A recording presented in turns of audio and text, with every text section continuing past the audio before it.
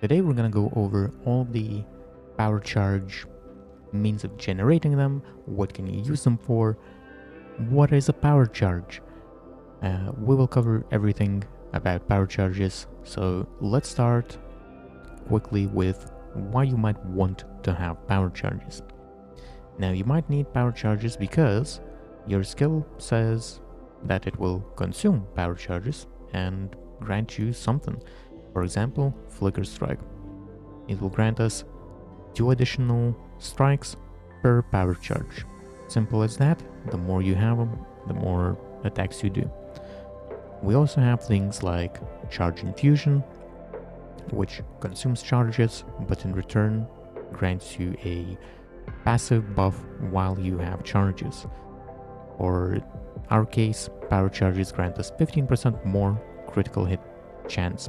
We also have other skills like Falling Thunder, raising zombies, so you can raise them without corpses and instead using power charges. Those are the main ways you would spend them and the main purposes you would want a power charge for. So let's start with some simple ways on how to generate power charges. Now, if you're a monk player, you're probably already familiar with a very standard, very basic,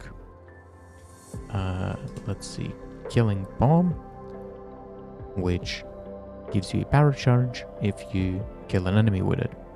That's simple, it's built into the skill.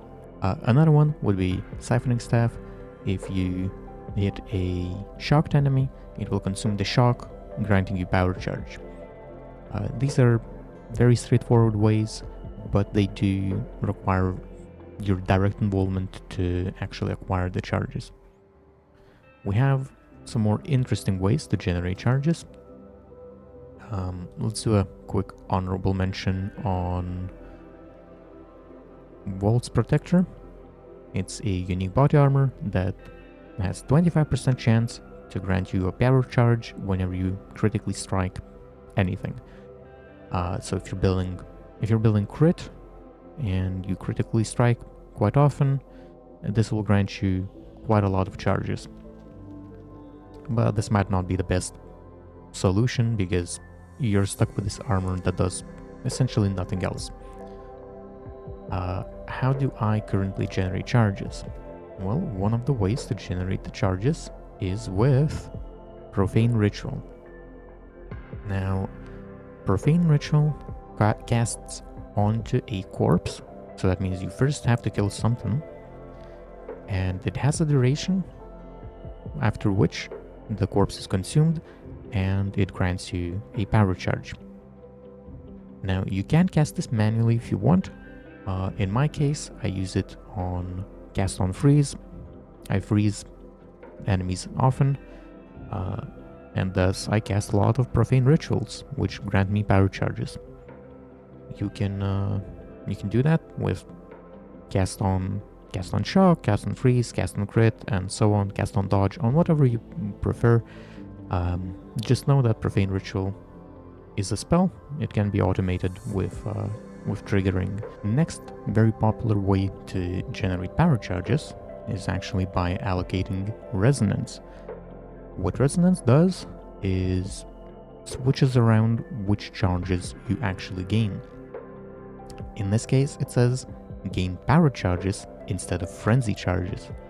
So how do you gain frenzy charges? There's 2 relatively simple ways. One of them is Sniper's Mark,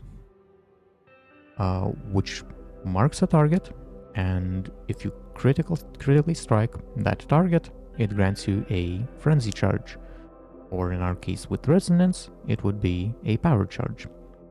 Now, this is also a spell that you can automate with cast on whatever, maybe cast on crit, because you kind of have to be critting already to utilize Sniper's Mark.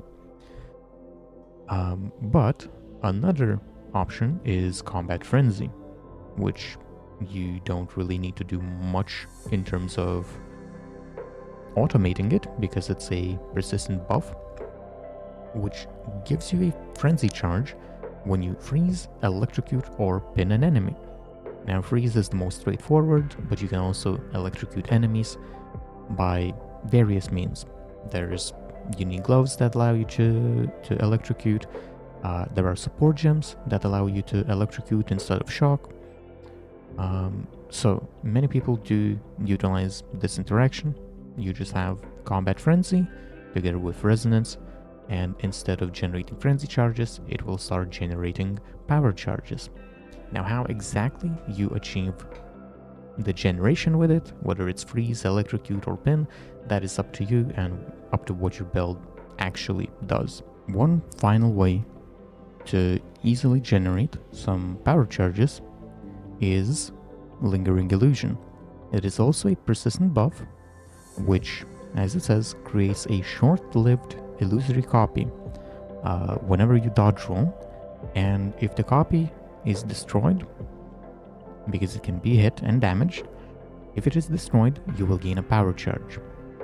So this is how it looks. You dodge roll and you leave this ghostly copy, and if it gets destroyed, you gain a power charge. Now, there is a weird, potentially bugged interaction with this Lingering Illusion, because if you put on Minion Pact on one of your fast attacking skills, the Minion Pact support, what it does, it removes 100% of your max life, your maximum life, from a nearby minion. And on use it deals 40% more damage. That's just an extra bonus. The main thing we're looking at is removing life from a nearby minion, because apparently Lingering Illusion counts as our minion. I do believe it might be bugged. Now, if we do this, and we just roll and use our Tempest Flurry, it removes it and grants us a power charge. You can see power charges here, you can see them around me, and we keep gaining them, essentially for free. It's very easy to do in combat. You can do it before boss fights. You can always start a boss fight with your maximum charges. And that's great. But why do I think it's bugged? Well, currently I am on 1 life. We're running Chaos Inoculation. But if we refund it and we actually have more than 1 life, all of a sudden it does not work. It does not get consumed, it does not trigger the interaction.